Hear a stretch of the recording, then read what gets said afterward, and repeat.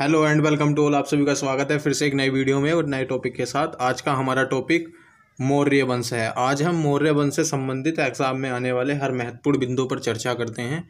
तो चलिएगा हमारे साथ जुड़े रहें। हमारे चैनल को टारगेट बिट टॉपिक चैनल को सब्सक्राइब करिए, वीडियो को लाइक करिए और वीडियो अच्छा लगे अपने दोस्तों के साथ शेयर भी करिए। तो बात करते हैं मौर्य वंश की जानकारी। मौर्य वंश की जानकारी हमें किस किस पुस्तक के माध्यम से मौर्य वंश की जानकारी मिलती है। तो बात करते हैं, पहली पुस्तक का नाम है इंडिका। पहली पुस्तक का नाम है इंडिका। इंडिका किसकी पुस्तक है? मेगास्थनीज की।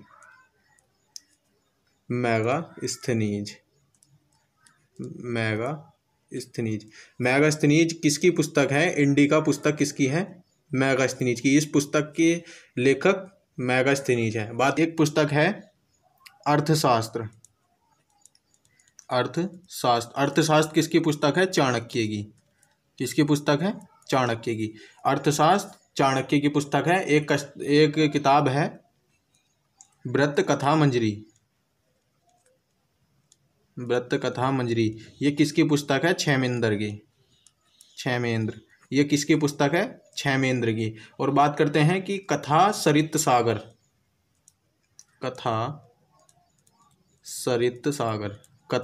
सागर किसकी पुस्तक है? इनका नाम है सोमदेव। और बात करते हैं मुद्रा राक्षस किसकी पुस्तक है?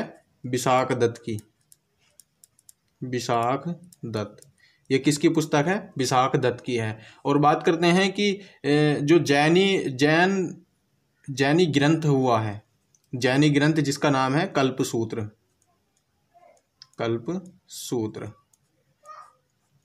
जैन धर्म का भी चंद्रगुप्त मौर्य के शासनकाल में अच्छा अहम रोल रहा है।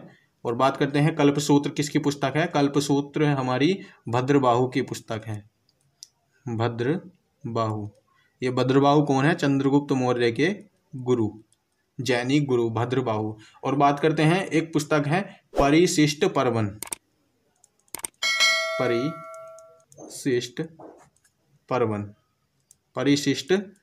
ये किसकी पुस्तक है? हेमचंद्र की ये पुस्तक है परिशिष्ट पर्वन। ये सारी पुस्तक हैं जो मौर्य वंश की क्या करते हैं? जानकारी प्रदान करती हैं। क्या करती हैं? जानकारी कि मौर्य वंश कैसा हुआ है। ये सारी पुस्तक मौर्य वंश की जानकारी देती हैं। इंडिका मेगास्थनीज की पुस्तक है। अर्थशास्त्र चाणक्य की पुस्तक है। व्रत कथा मंजरी क्षेमेंद्र की। कथा सरित सागर सोमदेव। मुद्रा राक्षस विशाख दत्त। कल्पसूत्र भद्रबाहु। और परिशिष्ट पर्वन किसकी पुस्तक है? हेमचंद्र की। ये सारी की सारी पुस्तकें किसका वर्णन करती हैं? मौर्य वंश का। तो बात करते हैं मौर्य वंश का संस्थापक कौन हुआ है? मौर्य वंश का संस्थापक बात करते हैं मौर्य वंश का संस्थापक, उसका नाम है चंद्रगुप्त मौर्य। ये चंद्रगुप्त मौर्य हुआ है मौर्य वंश का संस्थापक। और बात कर लें कि इसकी जाति, मौर्य वंश के संस्थापक की यानी चंद्रगुप्त मौर्य की जाति कैसी थी, तो इसकी जाति दो मानी गई है। पहली जाति है शूद्र और दूसरी जाति है क्षत्रिय।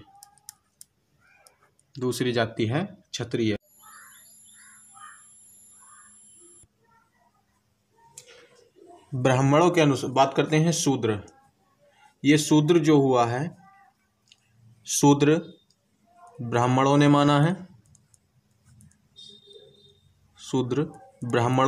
है। और बात करते हैं क्षत्रिय। ये क्षत्रिय किन संप्रदाय ने माना है? जैन।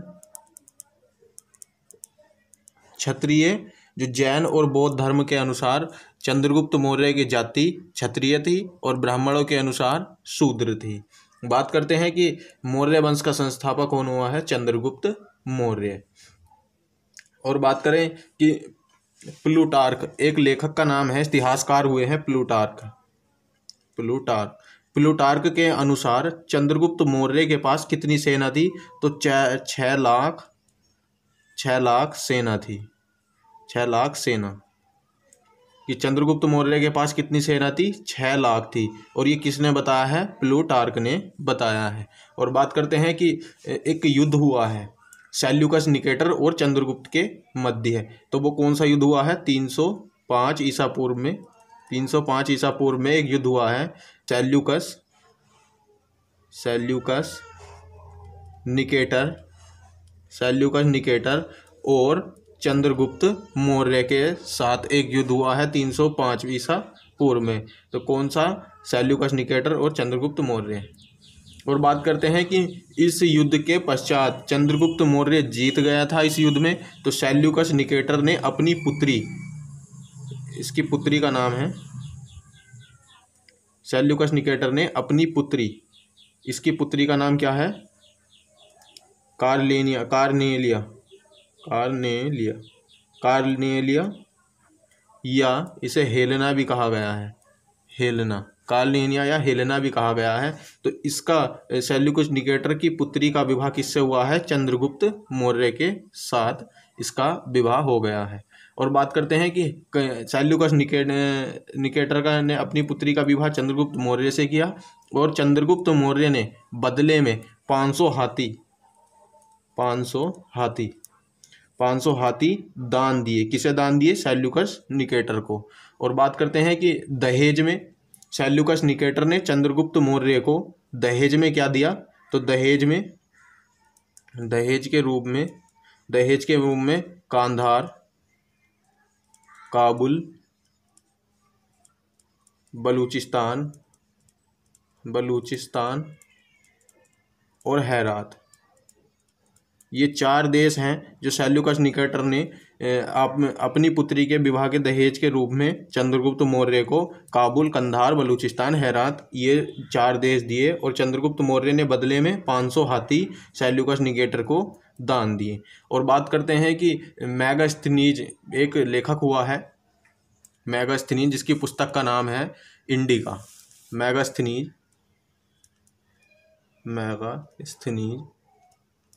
मेगास्थनीज ने भारतीयों को बताया है कि भारतीयों को पढ़ना या लिखना नहीं आता था। मेगास्थनीज ने बताया है, क्या बताया है? कि भारतीयों को पढ़ना लिखना नहीं आता था। तो ये बात किसने कही है? मेगास्थनीज ने कही है। बात करते हैं चंद्रगुप्त मौर्य का जो शासनकाल है वो कहाँ से कहाँ तक विस्तृत था? तो उत्तर में एक दिशा है, उत्तर में जम्मू कश्मीर, यानी कश्मीर से उत्तर में कश्मीर, और दक्षिण में कर्नाटक, पश्चिम में ईरान और पूरब में बंगाल। ये 4 दिशाएं थी जहां तक चंद्रगुप्त मौर्य का शासन विस्तृत था। बात करते हैं कि ये जो हमें जो पता चला है कि ये चंद्रगुप्त मौर्य का जो शासनकाल कर्नाटक तक विस्तृत था, यह बात कैसे पता चली है? एक पुस्तक है एहनानूर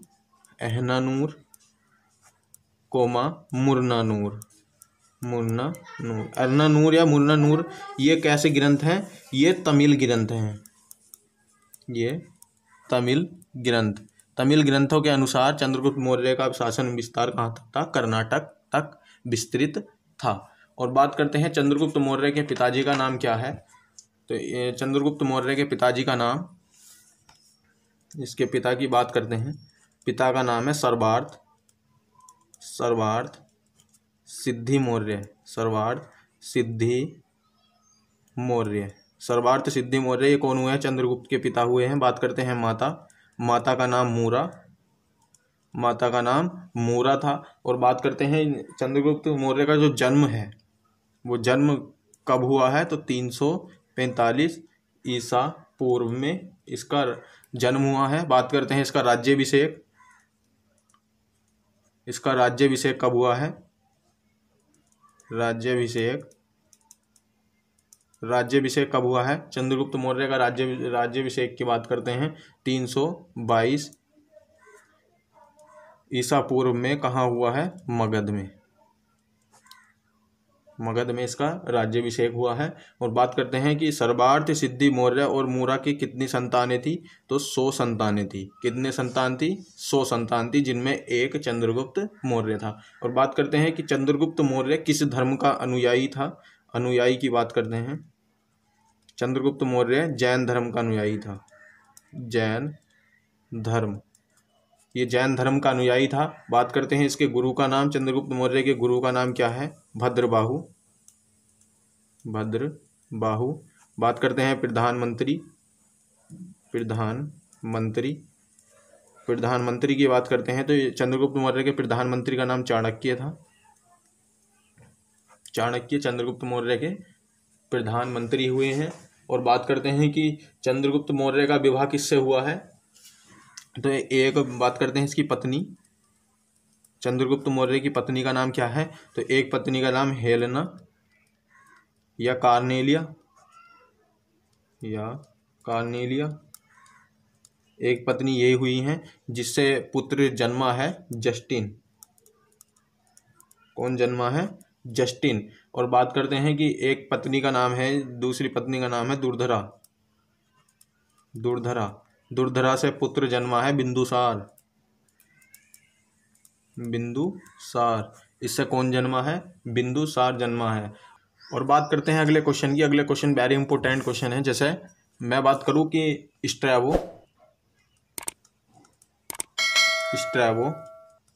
या जस्टिन, स्ट्रैबो या जस्टिन ने चंद्रगुप्त मौर्य को क्या कहा है? एक नाम से पुकारा है जिसका नाम है सेंड्रोकोटस। क्वेश्चन आ जाए कि स्ट्रैबो के अनुसार या जस्टिन के अनुसार चंद्रगुप्त मौर्य को क्या नाम दिया गया है, तो सेंड्रोकोटस नाम दिया गया है। बात करते हैं फिलार्कस ने चंद्रगुप्त मौर्य को क्या नाम दिया है, तो फिलार्कस ने चंद्रगुप्त मौर्य को नाम दिया है सेंड्रोकोटस।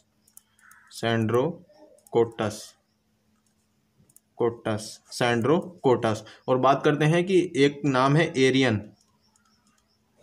एरियन या प्लूटार्क। बताया था कि ये इतिहासकार हैं। एरियन या प्लूटार्क के अनुसार चंद्रगुप्त मौर्य को क्या नाम दिया गया है? Androcottus. Very most important question है कि स्ट्रैबो या जस्टिन के अनुसार सेंड्रोकोटस कहा गया है, फिलार्कस के अनुसार सेंड्रोकोटस कहा गया है, एरियन या प्लूटार्क के अनुसार चंद्रगुप्त मौर्य को एंड्रोकोटस कहा गया है। और बात करते हैं कि रुद्र दमन के जूनागढ़ अभिलेख से हमें ज्ञात क्या होता है कि चंद्रगुप्त मौर्य का जो गवर्नर था उसका नाम था पुष्यगुप्त।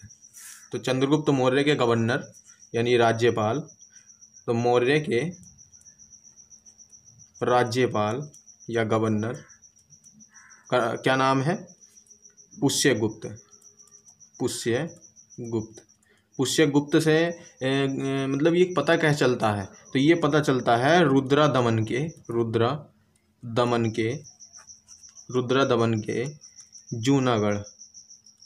जूनागढ़ अभिलेख से। ये हमें जूनागढ़ के रुद्र दमन के जूनागढ़ अभिलेख से यह पता चलता है कि चंद्रगुप्त मौर्य के राज्यपाल जिसका नाम है पुष्यगुप्त ने सुदर्शन झील का निर्माण कराया था। सुदर्शन झील का निर्माण कराया। क्वेश्चन आ जाए कि चंद्रगुप्त मौर्य ने किस झील का निर्माण कराया? सुदर्शन झील का। और किसने किया? तो चंद्रगुप्त मौर्य के राज्यपाल जिसका नाम है पुष्यगुप्त, इसने इस झील का निर्माण कराया जो गुजरात के जूनागढ़ में स्थित है। ये जूनागढ़ है कहाँ? गुजरात में। ये कहाँ है? गुजरात में। इसे ध्यान में रखेंगे। और बात करते हैं कि अगले क्वेश्चन की। अगला क्वेश्चन क्या बन सकता है कि 12 वर्ष के अकाल के कारण कि चंद्रगुप्त मौर्य की मृत्यु कैसे होती है, तो चंद्रगुप्त मौर्य की मृत्यु 12 वर्ष के अकाल के 12 वर्ष का अकाल पड़ता है। इसके शासनकाल में क्या पड़ा? 12 वर्ष का अकाल पड़ा। तो मतलब एक उपवास के कारण जो चंद्रगुप्त मौर्य ने एक उपवास रखा था, क्या है? श्रवण बेलगोला।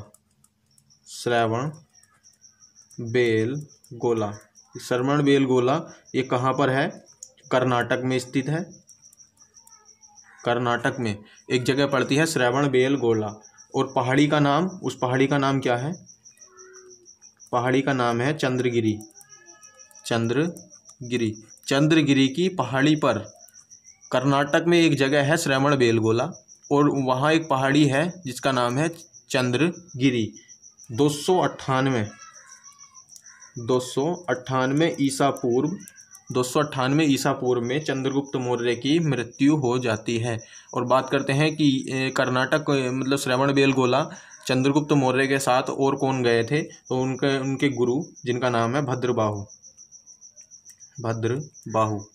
ये भद्रबाहु ही इनकी सलाह पर, ये इनके जैनी गुरु हैं, इनकी सलाह पर इन्होंने 12 वर्ष के, जब इनके प्रजा पर अकाल पड़ा है तो इन्होंने एक उपवास रखा। जो कहाँ गए थे भद्रबाहु और चंद्रगुप्त मौर्य? श्रवण बेलगोला एक जगह है कर्नाटक में एक पहाड़ी है चंद्रगिरी की पहाड़ी। उपवास के कारण चंद्रगुप्त मौर्य की क्या हो जाती है? मृत्यु हो जाती है। एक बार देख लेंगे, रिपीट कर लेंगे कि मौर्य वंश की जानकारी हमें किस किस के माध्यम से आधार पर मिलती है?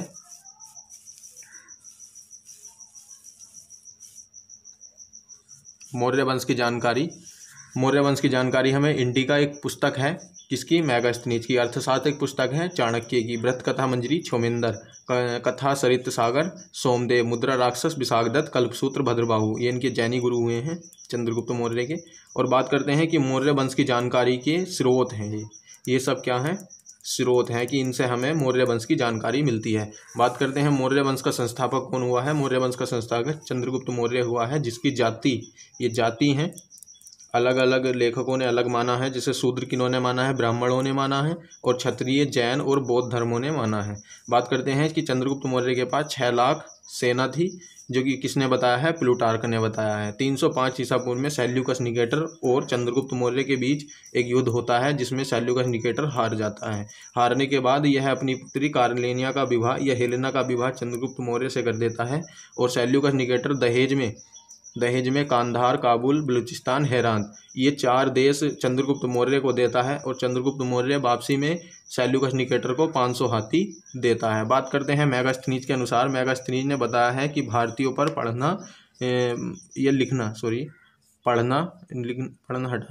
लिखना नहीं आता है। कि ये है, किसने बताया है कि भारतीयों को लिखना नहीं आता है? तो ये बताया है मेगास्थनीज ने। बात करते हैं कि चंद्रगुप्त मौर्य के पिता का नाम सर्वार्थ सिद्धि मौर्य, माता का नाम मूरा, और इनका जन्म हुआ है 345 ईसा पूर्व में।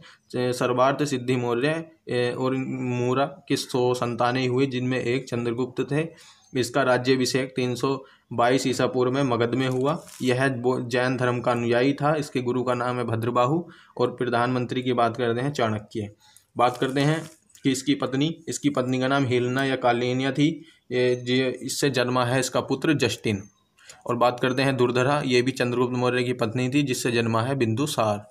और बात करते हैं स्ट्रैबो या जस्टिन के अनुसार चंद्रगुप्त मौर्य को एक नाम दिया गया है सैंड्रोकोटस, और फिलार्कस ने एक नाम दिया है सैंड्रोकोटस। और बात करते हैं एरियन या प्लूटार्की के अनुसार एंड्रोकोटस कहा गया है। और बात करते हैं चंद्रगुप्त मौर्य के राज्यपाल, जिनका नाम है पुष्यगुप्त। पुष्यगुप्त ने एक सुदर्शन झील का निर्माण कराया है। यह जानकारी हमें रुद्रदमन के जूनागढ़ अभिलेख से मिली है। जूनागढ़ पड़ता है गुजरात में। और बात करते हैं अगले क्वेश्चन। 12 वर्ष के अकाल, इसके चंद्रगुप्त मौर्य के शासनकाल में अकाल पड़ा था कि किस राजा के शासनकाल में अकाल पड़ा? तो 12 वर्ष का काल चंद्रगुप्त मौर्य के शासनकाल में पड़ा।